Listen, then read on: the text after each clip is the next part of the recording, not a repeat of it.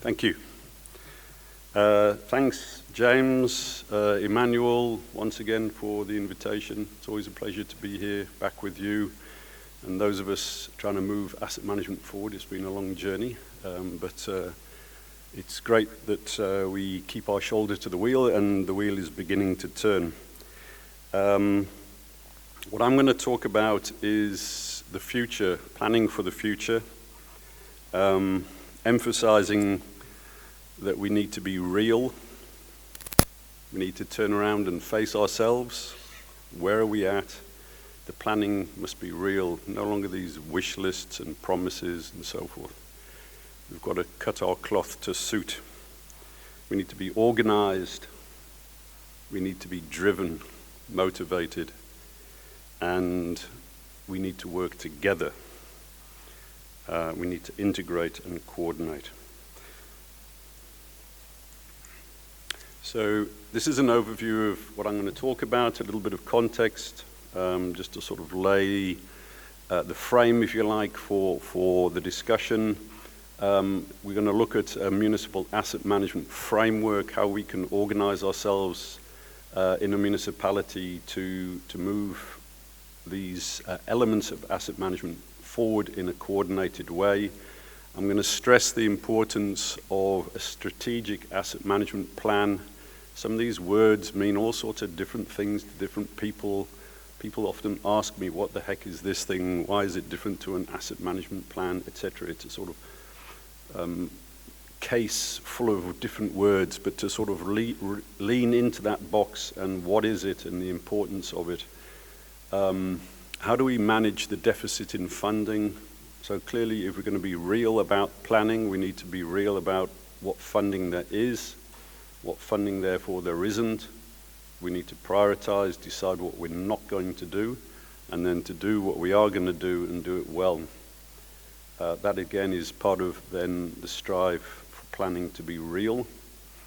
I'm going to also look very briefly at competency not only of the organization but also of people in the asset management sphere, and there's a framework for us to work towards building the different team players in the asset management team, and then a few words to wrap up.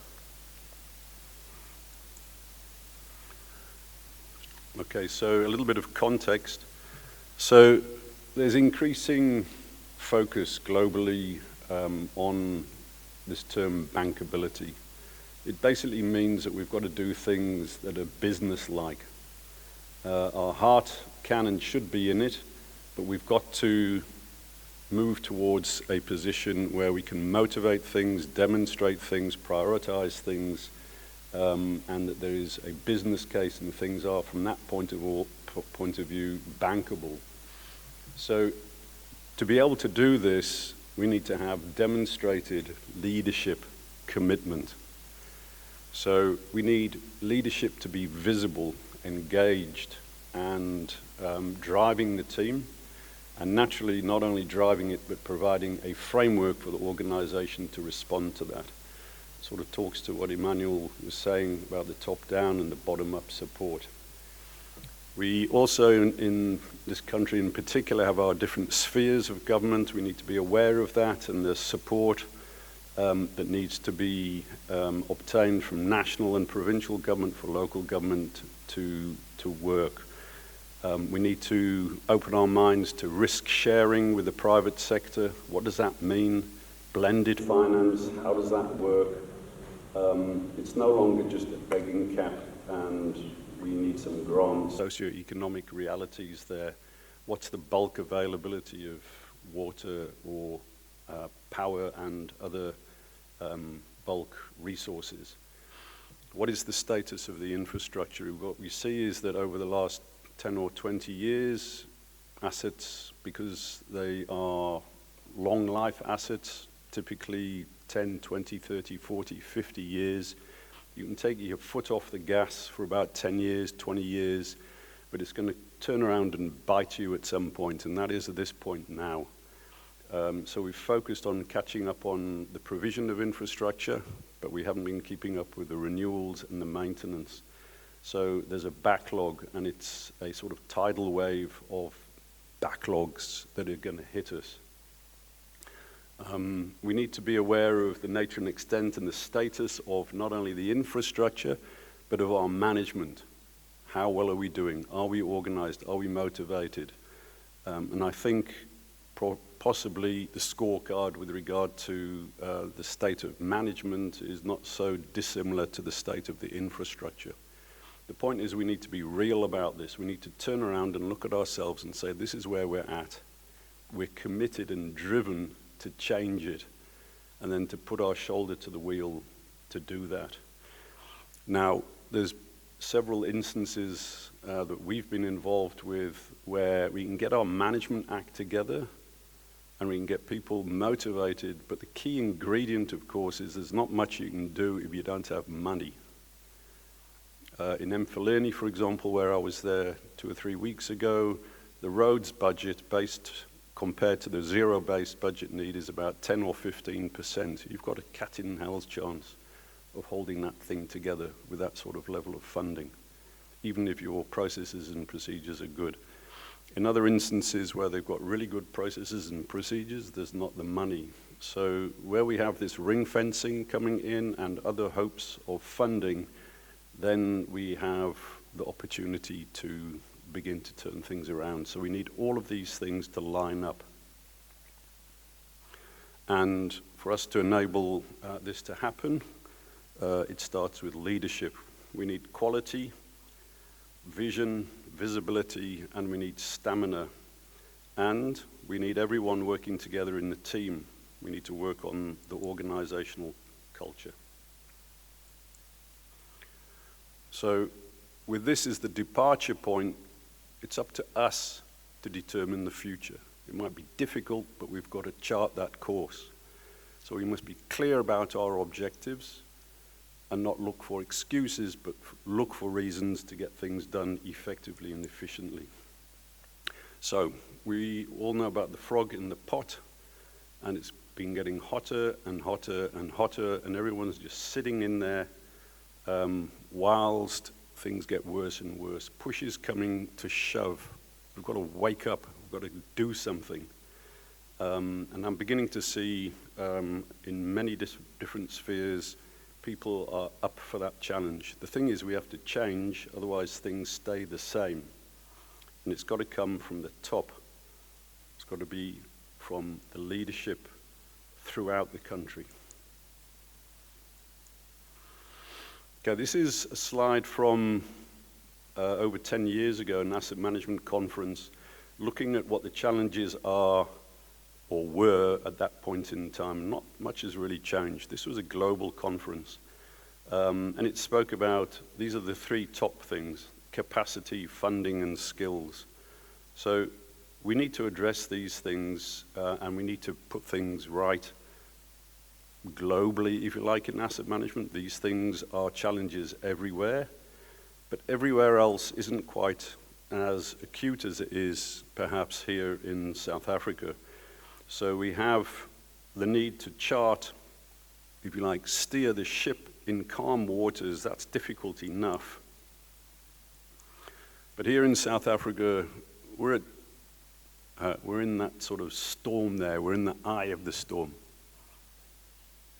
So we need a compass point. We need to know the captain of the ship, where we're going, that point on the horizon to steer the organization in that direction. And we need someone with their hands on the wheel that are going to drive us in that direction and keep the eye on where we're going to go.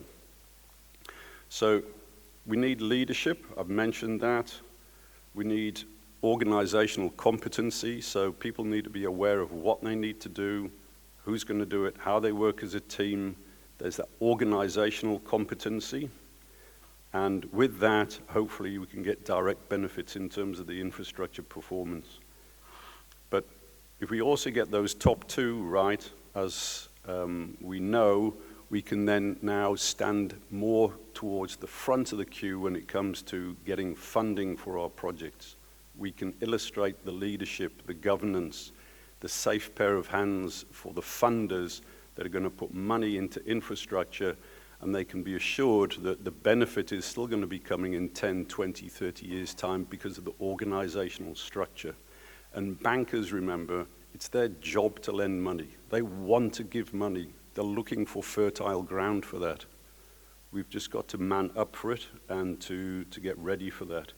So there's the immediate benefits of better management, but then in particular with the pouring in of additional funding, if you like, the green shoots that we need to find in local government to pave that way forward.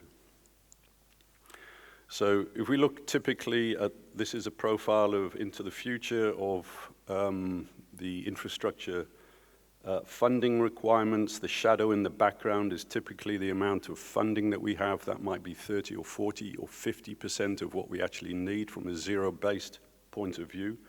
It's important that we start with that. We understand what we don't have, therefore what we can't do or not going to do, therefore what we are going to do in terms of priorities. We need to look at cost efficiencies, getting the job done as effectively as we can. We need to look at enhancing funding, but importantly, we need to have real life cycle management. And it's got to have, therefore, an improvement strategy. We need to take ourselves from where we are to where we want to be. That's a journey. It needs leadership, vision, that hand on the wheel. What is that journey? That might be a 5 or 8 or 10-year journey. So it needs the stamina, the vision, the leadership to hold the course. And clearly, it's got to be risk-based as we drive forward. We must make sure the really bad things that can happen don't happen. We must determine, therefore, what are those things, and then manage those things accordingly as we head for the horizon to get into the calmer waters into the future. This is just a recap of what I presented at the last conference. This was Joburg Water. There's lots of numbers and figures there you can look at perhaps afterwards. But what we see is we've addressed a lot of the backlogs, the provision backlogs. The asset management practice has got better. But the capital renewal from 12, 15 years ago, it was hiked up at that point in time, and then in RAND terms stayed the same. It went from like 200 million to 400, now 700, but they need 2.8 billion a year. So we're chasing our tail and we're going backwards. So we can have the management practice in place and everything lined up, but if we don't have the funding in place, then we're really not in a position where we can begin to win the war.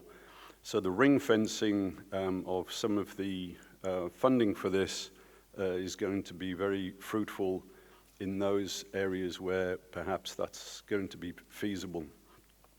This is a slide from a few years ago from DBSA, just demonstrating that the focus has been on that middle bit, which is addressing the provision backlogs, but we've got this looming crisis of the rehabilitation of our existing infrastructure and naturally ongoing growth that we need to cater for. So there's these different elements that we need to have our eyes open to what it is, what the nature of it is, and then to determine the tactics to address those things. So this brings me to the Strategic Asset Management Plan, the SAMP. So I think we're all perhaps familiar by now with an asset management plan. So we have one for roads and stormwater, one for electricity, etc. This is now to manage. The key word there is the management. We have our master plans, which is the technical assessment. If we want to do these things, this is where we need to beef up the roads or the pipes or the treatment works, etc. The management plan then is for that sector, the asset management plan. The strategic asset management plan now reaches down from the top. So we have our IDP, we have our strategic objectives. This is where we do the reality check in this SAMP, and we say, well, look, okay, we don't have the capacity, we don't necessarily have all the competency. This is the level of funding that we have. It's the reality check in the SAMP. How do we now provide an overarching and integrated picture for the preparation of those sector asset management plans? That is so critical then to make sure that the asset management plans are fit for purpose and our suit is cut to size. So this is what a strategic asset management plan does. And there's not many municipalities that have these in place. It's a key input to the IDP, and therefore the translation of the management of each of the different sectors. Thanks. Okay, so this is a typical asset management framework. You can see there in the yellow, that is where we get the hands on the wheel, which is the strategic asset management plan. It's this reality check. And you can see all of the other elements there. This talks to the maintenance, it talks to the SDBIP, it talks to the IDP, et cetera, et cetera. As we know, it's complex, but we need to be clear about what the different elements are and the value add. So we get our hands on the wheel with that strategic asset management plan. It determines the tactics. There's a game to be played. We need to look at the departure point. We need to work out a strategy to move forward, short, medium, long-term, organization-wide. Once we have that, and those tough decisions are made, now we can hand that over to the technical teams to say, look, these are the tough things that this is the context, these are the strategic decisions. Now, get on, you've got to manage the water sector, the road sector, the community buildings, etc. So to enable that, what we need to do right at the top is we need to convert our IDP strategic objectives into asset management objectives. So if we want to do these things, when it comes to managing our infrastructure, this is what we have to do. So you end up with a matrix, something similar to what's illustrated here. Now we have, from our corporate objectives, if you like, our IDP objectives, our asset management objectives. Now we're in the asset management world. Now we write our asset management strategy. So now we're getting that top-down alignment. So this is an example then of the principles, the asset management objectives from the IDP strategic priorities, etc. So we're beginning to comb down from the top so that we can get on and better manage the infrastructure with 2020 vision and having those tough decisions in place. I'll skip over this one, so it repeats some of the things that I've mentioned. I think most of you are probably familiar with the onion. So we have our assets in the middle, we have our asset management system around that, and asset management then embraces both of those things, the management and the infrastructure assets. This is an overview of the planning documents. Often we hear about master plans, and then to the budgets. Where does the asset management plans fit? Well, they fit in terms of the key word there being management. So we have a technical requirement, we have community inputs, community priorities, we have political priorities, but what's the plan in terms of using the available resources that we have and it being real? We have then the strategic asset management plans then feeding into the IDP process. This is, you've probably seen this slide before, but just to recount, we have portfolios now. This is a profile of the value within any given portfolio of what's in poor, very good condition, the distribution of that.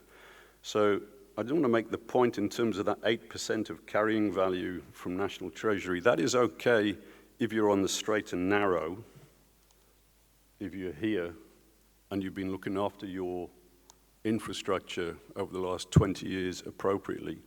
If you haven't, you're probably not there, you're here.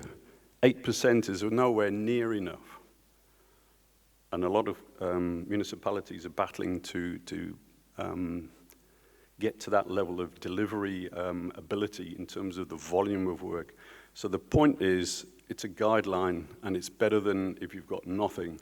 But what you do need is 2020 vision of what infrastructure status is, what the needs are, what the priority is, what the criticality is, to refine that big number, and maybe that number needs to be even bigger.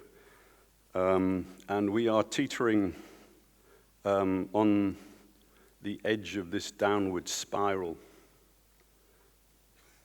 So the capital ratio is teetering now. It's telling us that our infrastructure, and we can see it with our eyes as we drive around the cities and towns, if we don't catch it now, we're going to be going down that plug hole. We've got to paddle hard, and we've got to have the guys with their hands on the wheel. So we need to talk to these guys. They want to lend money, but they want to look you in the eye and know that you've got your act together. You've got leadership, committed leadership. It's demonstrated. You've got plans. Your information is real. You're going to be able to maintain those assets that they're going to put hundreds of millions into. They're still going to be here in 10, 20, 30 years' time.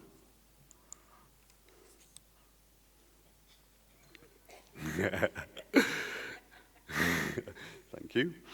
And then just to state the obvious in terms of now, we don't need more and more people, more and more of things. We need better stuff. We need to be more competent as an organization and as people.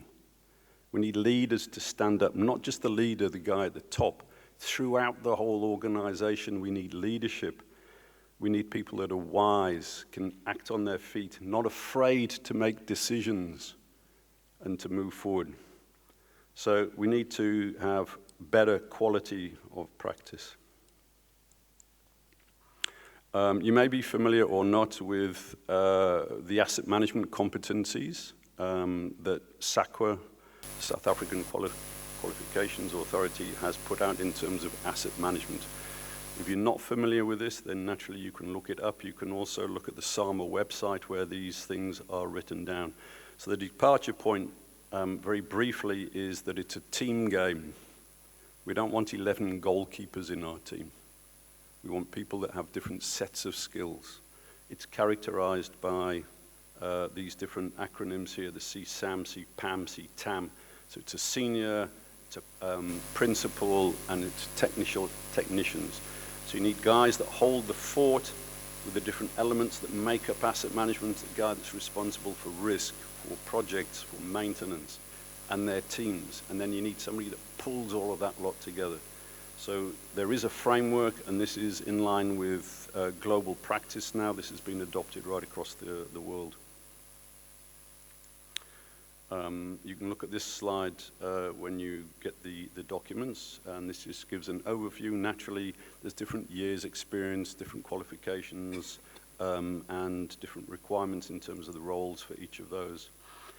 Often, this is from Johannesburg Water, what we see is that we get to a point where we've got the data, the information, the documents, the plans, and so forth. To get from that level there to over the line is embedment. It's about change management. It's getting into the hearts and souls of everyone in the organization. That's what gets you over the line. And that's when we get there, that is then the leadership again that we need from the top through the organization, visible to bring the whole organization through to the end. So to wrap, what we need is a real assessment of the status quo. What's good, what's bad, what's indifferent. Look at the affordability. This is where we're at. There's competing needs going forward. There'll be new growth. How do we address that as well as look after our existing infrastructure? Clearly critical to that is to stem the losses that we have, particularly in the water networks, but also in the power networks. We need to change things. As we know, if we don't change things, then we're going to get the same outcomes. We need visible and competent leadership. I've indicated really that the strategic asset management plan is really where the rubber hits the road from a strategy point of view. It's the bit where you turn around and look at yourself and say, this is what we can do, what we should do, and then the leadership drives that through with the team that is all then fully bought into that vision. We need to establish a physical asset management framework along the lines that I indicated in that diagram. And importantly, we can have all of those things in place, but we need to be sure that we are getting additional funding.